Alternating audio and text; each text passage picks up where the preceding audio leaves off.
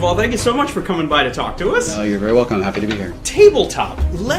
For the uninitiated, let's explain where the idea came from and how you've gotten now to season 3 premiering in 2 days. Tabletop started out when Felicia Day asked me if I was interested in doing a show with her when she was pitching Geek and Sundry as a slate of shows to Google a couple of years ago. And I said I would love to do something together. Do you have anything in mind? And she said, well, what about a thing where you like review games? Because I know how much you love to play games. And I said, you know, I don't really have any interest in something that's basically just me kind of sitting around talking. That's not interesting to me. And I think the best way to kind of review a board game is to play the board game.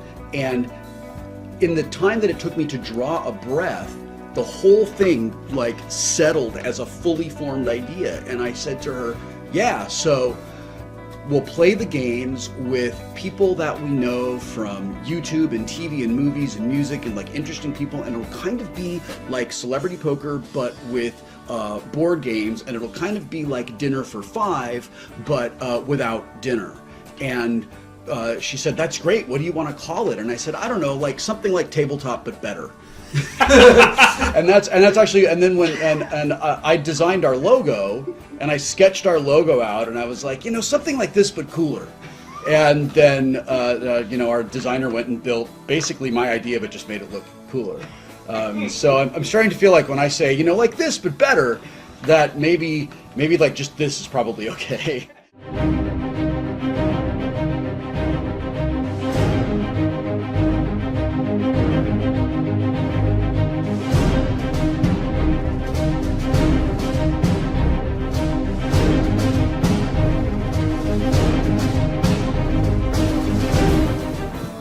Now you know, never give away your first idea because it might be the winner. Yeah. I love that Tabletop is 30 minutes. I think this idea of having to be short form for video online is like, it's just wrong. There was a time when it was absolutely correct. People had slower download speeds, quality wasn't as good as it is now, you had smaller things, it just people weren't used to interacting with media in this environment. But my kids don't own cable packages or satellite packages. They watch everything online. So I think that the idea that you have to be short in terms of making content for the internet is, I think it's irrelevant, and I think it's wrong. There was a time when it was absolutely right. Download speeds were slower. People weren't used to the experience. But a lot of what people get on the internet now from Amazon Video or Netflix or Hulu or Vimeo or YouTube, they're putting it through a television, or they're watching it on a smartphone or a tablet or whatever. And people are used to sitting down to watch an entire thing online. Today on Tabletop, we're going to throw some dice. Enroll for it. The Council of Verona. Coup. The Concept. Tokaido. Sheriff of Forbidden Sushi from the Stone Age against 5 legendary Junior Kingdom. The Battle Wizards duel at Mount Skullsfire.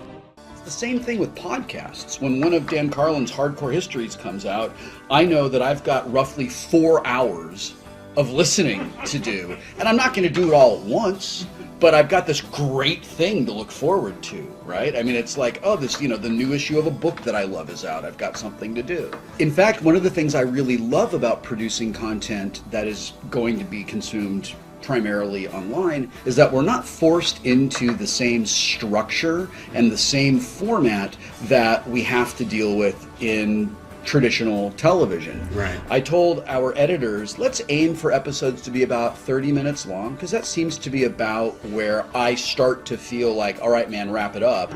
But if an episode is really going and we're really into it, make it a little longer. If you start to lose interest at 20 minutes, let's make it a little shorter, because we don't have to fit into that same format that people have to do when they do television. I'm so glad to hear you say that, because if you're saying it, I feel like it's a short amount of time before everyone else is going to realize it. Well, we're also not dealing with, it used to be like you had to keep things tight and you had to worry because you were basically competing with someone for attention. And I kind of reject that notion. Because of time shifting and because of all the different ways that people consume media, you're never directly competing with anyone unless you're doing a live event against another live event. And that idea of we have to fight for viewers from, it's stupid. When people want to restrict how the audience can watch one of the things they make, all they're doing is telling people the way that you want to do this is wrong, so I just rather you don't watch it at all. And that's so stupid. I believe in making things really easy for people to see and really easy for people to share. And I want people to watch what I make when they want to, in the way that they want to, and I hope that it'll make it easy for them to show their friends so that we can help our audience grow, so that we can continue to make cool things. I think people will be really surprised to see the guests that you've had on. Drew Roy from Falling Skies, the only Superman who belongs on the big screen in my opinion, Brandon Routh, Yeah. Jerry Ryan, like such cool people who you might not think is a gamer. It's because the show on one level isn't about gaming. On one level it's about the joy that you get when you're sitting down spending time with your friends and you happen to be playing a game, right? We always tell the players the game and the outcome of the game is less important than the fun that we're having and the conversations that we're having and whatever kind of storyline emerges amongst the players during the game. A way to think about it in technical terms is that the game is here, but the show is here around the heads. I work really hard to make sure that we faithfully produce the way these games are played and the way they're meant to be played, because my ulterior motive with the show is to make more gamers. I want people to be excited about gaming, and I want people to be like so thrilled at watching one of our episodes that they like can't wait to go and play, whatever that game is. Right. When I've invited people for the show, I've told them, so I'm going to make sure that you get matched up with a game that you feel comfortable with. I love that, because for me, I would be completely intimidated, because we could play poker, we could play war, maybe Chutes and Ladders, maybe, and I wouldn't be lost. I just heard this great story that's so great it's probably apocryphal, that Snakes and Ladders, when it was designed in Britain, was designed as a psychological exercise to impose upon children the inherent unfairness of life. That like sometimes you're gonna get super lucky and go right up a ladder, and then you're just gonna get really unlucky and go right down a slide. Yeah, so I don't know if it's true or not, but I think it's a pretty fun story. No wonder I know how to play that game. I have tried to demystify a lot of games and make games accessible for people. And so the show kind of now is doing a few different things, right? So we're basically reviewing a game, right? And by being on the show, we're saying this game is worth your time. That's the extent of the review. And mostly in real time, right? Pretty much, yeah. I find that to be really... Yeah, pretty close to it. We generally take between 60 and 90 minutes to play a game, and then we cut that down to around 30 minutes. And then the last thing that I want to do is show people that it's possible to get together in this really fun social situation and share some time with people over what is sort of nominally a competitive activity, but doesn't have to be a like competitive competition. Right. But, I mean, how can you not compete at your fullest with the amazing trophy that you have at the end of this? I mean, I want to be on that wall. It's a pretty great trophy. Right? Yeah. All right, Rumblebottom, what is your name? It's Ticklebottom, the enchanter.